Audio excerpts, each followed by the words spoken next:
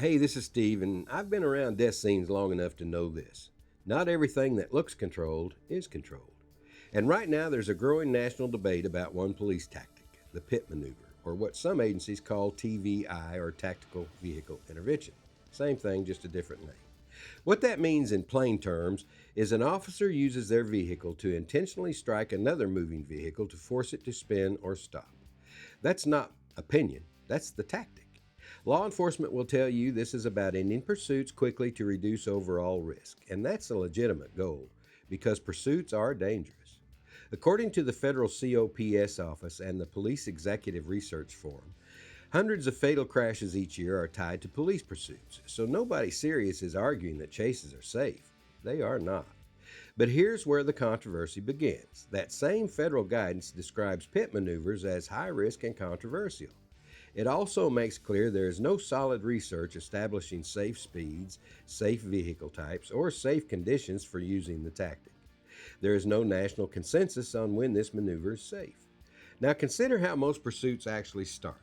Research cited in the same federal report shows more than 90% are initiated for traffic violations, not violent felonies, traffic violations.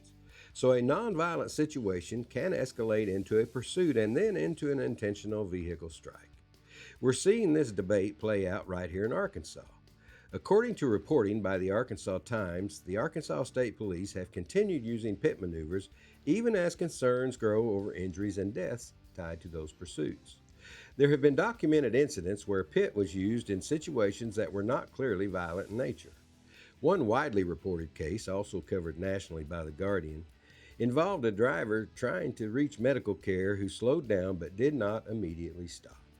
A trooper executed a pit maneuver and flipped the vehicle. Charges in that case were later dropped. At the same time, reporting shows something else.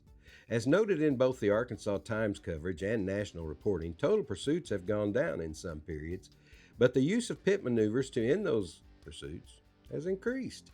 So there are fewer chases overall, but a higher percentage of those are ending in a forced crash. That's the tension, not whether pursuits are happening, but how they are being ended. There's another factor that matters. Research cited in the federal pursuit study shows that when police disengage from a pursuit, about 75% of suspects will slow down once they feel the pressure is gone. That suggests continuing a pursuit can increase risk in some situations. Because of that risk, some law enforcement agencies have taken a different approach. Departments in places like Yonkers, New York, Wichita, Kansas, and Brunswick, Maryland have adopted policies that prohibit pit maneuvers or any intentional vehicle contact during pursuits. Other agencies restrict similar tactics by prohibiting ramming or forcing contact between vehicles. Those are documented policy decisions. On the other side, some agencies continue to use pit and defend it. Their position is simple. A fleeing driver is already a danger. Ending the pursuit quickly reduces that danger. So the issue is not whether risk exists. The issue is where the risk is placed. Over time during a pursuit or in a single moment during a forced stop. Federal guidance from the COPS office and PERF recommends limiting pursuits to situations involving violent crime and an immediate threat to the public.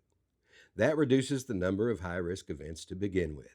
And that brings us back to the one principle that matters most, the sanctity of human life.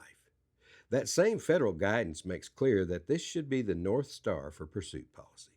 Not winning the chase, not catching the suspect at all costs, protecting life, because you can arrest someone later, you can build a case, you can identify a vehicle, but once a crash happens, there's no undoing it.